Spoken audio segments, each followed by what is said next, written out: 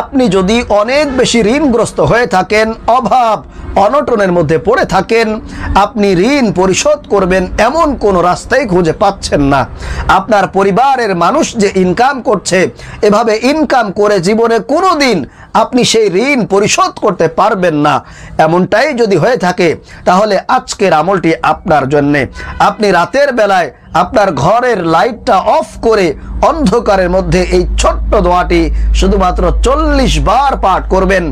নবীজি বলেছেন এই দোয়াটি পাঠ করার পরপর আল্লাহ রাব্বুল আলামিন হয়তোবা আপনাকে ঋণ পরিশোধ করার মতো তৌফিক দান করবেন, অথবা অন্য কারোর মাধ্যমে হলেও আপনার সেই ঋণ মুক্তির ব্যবস্থা আল্লাহ রাব্বুল আলামিন করবেনই করবেন ইনশাআল্লাহ তাআলা। আপনাকে গুপ্ত ধন দিয়ে হলেও আল্লাহ রাব্বুল আলামিনের ওয়াদা আপনার সেই ঋণ পরিশোধ করার ব্যবস্থা করে দিবেন ইনশাআল্লাহ। এজন্য প্রিয় ভাইয়েরা, মা বোনেরা, মনের মধ্যে শতভাগ বিশ্বাস নিয়ে আল্লাহর উপরে পরিপূর্ণ ভরসা রেখে যদি আজকের এই ছোট্ট দোয়াটি অন্ধকারের মধ্যে পাঠ করতে পারেন, আপনার কপাল খুলে যাবে, ভাগ্যটা পরিবর্তন হবে, যা চাইবেন আমলটি করে আল্লাহ রাব্বুল আলামিন আপনাকে তাই দান করবেন ইনশাআল্লাহ তাআলা।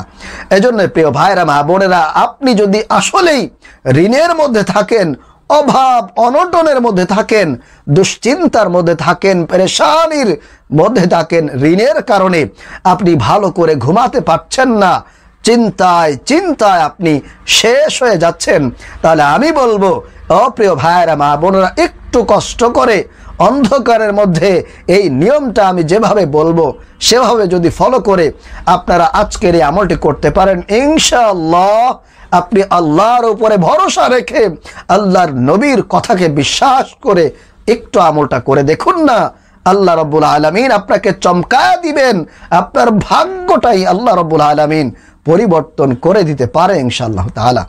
আজকের এই আমলটি করতে হবে আপনাদেরকে দোয়ায়ে ইউনুসের মাধ্যমে। দোয়ায়ে ইউনুস এটা এমন একটি দোয়া, এই দোয়াটি পাঠ করার কারণে হযরত ইউনুস আলাইহিস সালামকে আল্লাহ রাব্বুল আলামিন মাছের পেট থেকে তাকে উদ্ধার করেছিলেন, তাকে সেই কঠিন বিপদ থেকে মুক্তিদান করেছিলেন। যখন আল্লাহ রাব্বুল আলামিনের হুকুমে মাছ ইউনুস আলাইহিস সালামকে গিলে ফেলেছিল, ঠিক সেই মুহূর্তে ইউনুস আলাইহিস সালাম এই দোয়াটি পাঠ করেছিলেন, আর আল্লাহ রাব্বুল আলামিন এই দোয়াটি পাঠ করার কারণে তার উপরে সন্তুষ্ট হয়ে কিন্তু তাকে সেই কঠিন বিপদ থেকে মুক্তি দিয়েছিলেন। এজন্য প্রিয় ভাইরা, মা বোনেরা, আপনার যে অভাব আছে, দুঃখ কষ্ট আছে, ঋণ আছে, এটা কিন্তু আপনার জন্য মারাত্মক একটা বিপদ হয়ে দাঁড়িয়েছে। অতএব সেই বিপদ থেকে মুক্তি পাওয়ার জন্যে আজকের এই আমলটি আপনাকে অবশ্যই করতে হবে। এই আমলটি করার জন্য আপনাদেরকে ফজরের সময় ঘুম থেকে উঠতে হবে। ওঠার পরে পবিত্রতা অর্জন করে আপনি 2 রাকাত প্রথমে ফজরের 2 রাকাত সুন্নত নামাজ আদায় করবেন। আদায় করার পর আপনার যে ঘরের লাইটটা আছে, আপনি যে রুমের মধ্যে বসে এই আমলটি করছেন, সেই রুমের লাইটটা আপনাকে বন্ধ করে ফেলতে হবে।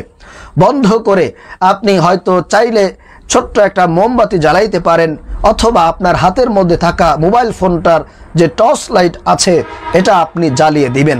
তাহলে যেটা হবে, হালকা আলো হবে এবং হালকা অন্ধকার থাকবে, এরকম একটা পরিবেশের মধ্যে আপনার এই আজকের আমলটি করতে হবে, এই দোয়াগুলো পাঠ করতে হবে।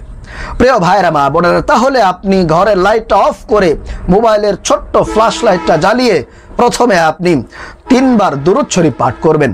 তারপরে এই ছোট্ট দোয়াটি হযরত ইউনুস আলাইহিস সালামের এই ছোট্ট দোয়াটি আপনারা 40 বার পাঠ করবেন। সেই দোয়াটি হলো, লা ইলাহা ইল্লা আনতা সুবহানাকা ইন্নী কুনতু মিনাজ জালিমিন। লা ইলাহা ইল্লা আনতা সুবহানাকা ইন্নী কুনতু মিনাজ জালিমিন। এই দোয়াটি আপনারা তসবির দানা গুনে গুনে অথবা হাতের আঙ্গুলি গুনে গুনে 40 বার পাঠ করবেন। এরপরে আপনাদের গুপ্ত ধন পাওয়ার জন্য আল্লাহ রাব্বুল আলামিনের পক্ষ থেকে গায়বী সাহায্য, গায়বী ধন দৌলত পাওয়ার জন্য আপনি এই ছোট্ট দোয়াটি আরও 40 বার পাঠ করবেন। সেই দোয়াটি হলো ইয়া হাইয়ু ইয়া কাইয়ুম লা ইলাহা ইল্লা আনতা বিরহমাতিকা আস্তাগীস। ইয়া হাইয়ু ইয়া কাইয়ুম লা ইলাহা ইল্লা আনতা বিরহমাতিকা আস্তাগীস। এই দোয়াটিও 40 বার পাঠ করবেন। এরপরে সর্বশেষ আবারও দুরূদ শরীফ পড়ে আপনারা ফজরের নামাজের পূর্বেই আল্লাহর কাছে ছোট্ট করে দোয়া করবেন। অবশ্যই আল্লাহ রাব্বুল আলামিন আপনার ঋণ মুক্তির ব্যবস্থা করে দিবেন, অভাব অনটনগুলোকে দূর করে দিবেন।